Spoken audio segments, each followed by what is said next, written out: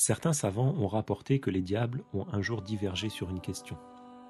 Ils divergeaient sur le sujet qui est le plus nuisible pour eux, le plus dur pour eux, l'adorateur ignorant ou le savant qui commet des grands péchés.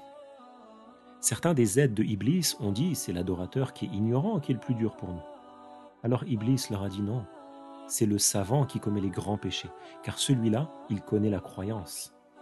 Iblis leur a dit du fait que celui-là, ils connaissent la croyance, c'est plus dur pour nous que celui qui est ignorant. L'ignorant, il va aller à droite, à gauche, jusqu'à se perdre, parce qu'il n'a pas la science. Comme cela s'est passé avec un adorateur qui était ignorant et que le diable a éprouvé. Cet homme était un musulman qui vivait seul, éloigné des gens, dans un lieu de retraite.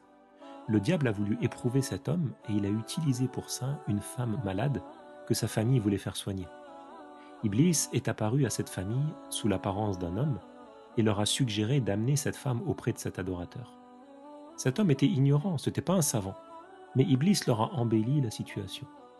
Ils sont partis auprès de l'homme qui leur a dit « Construisez-lui un endroit pour elle dans la vallée et je me chargerai de la soigner. » Cet homme, il descendait auprès de cette femme chaque jour et il se tenait devant la porte et il lui demandait « Oh, une telle, est-ce que tu veux quelque chose ?»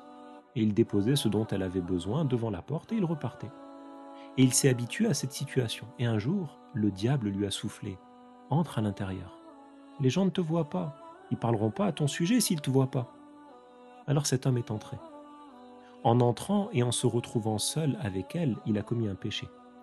Le prophète alayhi salatu wassalam, a interdit cette situation par sa parole « La yakhluwanna rajulun bimra'atin » Illa kana ash-shaytanu thalithahuma, c'est-à-dire pas un homme qui se retrouve seul avec une femme sans que le diable ne soit le troisième. En entrant, cet homme il est tombé dans ce péché. Puis le diable il est venu à lui à nouveau. Il a soufflé le mal une nouvelle fois et cet homme il a fait le rapport avec cette femme. Il est alors tombé dans un péché encore plus grand, le péché de la fornication. Cette femme elle est tombée enceinte. L'homme il a eu peur du scandale. Alors le diable, il lui a soufflé à nouveau. Il lui a dit « tue-la ». L'homme, il l'a alors tué, puis il l'a enterré. Après un temps, alors que les gens de la famille de cette fille étaient revenus du voyage dans lequel ils étaient, ils ont demandé après leur sœur. Et l'homme leur a appris qu'elle était décédée et qu'il l'avait enterrée. Eux, ils l'ont cru.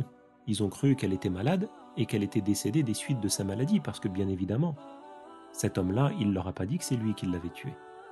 Le diable, il est alors venu aux frères dans le rêve, et il leur a montré dans le rêve que leur sœur avait été assassinée et qu'elle était enceinte. Eux, ils ont cru ce qu'ils avaient vu dans le rêve. Alors ils sont partis à la tombe, ils ont ouvert la tombe, et ils ont constaté que leur sœur, elle avait été assassinée et qu'elle était enceinte. Ils sont alors partis auprès de cet adorateur ignorant, et ils ont voulu appliquer sur lui la peine légale pour le meurtre. Alors le diable, il est à nouveau apparu à cet adorateur ignorant. Il lui a dit « Je vais te sauver d'eux, mais à une condition. » L'adorateur ignorant, il lui a dit « Quelle condition ?» Iblis a répondu « Que tu te prosternes pour moi. » Et la prosternation pour le diable, elle fait partie des actes qui font sortir la personne de l'islam. Cet homme, il était ignorant.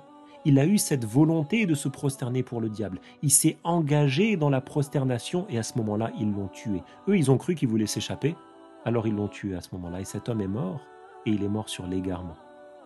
Que l'on tire des leçons. Comment le péché entraîne le péché.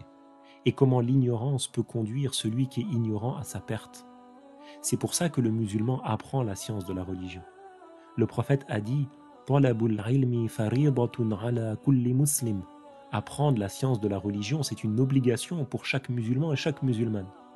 Et ce hadith a une suite dans laquelle le prophète a dit « Utlubul ilma walau fis sin » c'est-à-dire que celui qui ne trouve pas un enseignant digne de confiance, alors celui-là qu'il se déplace et qu'il aille apprendre.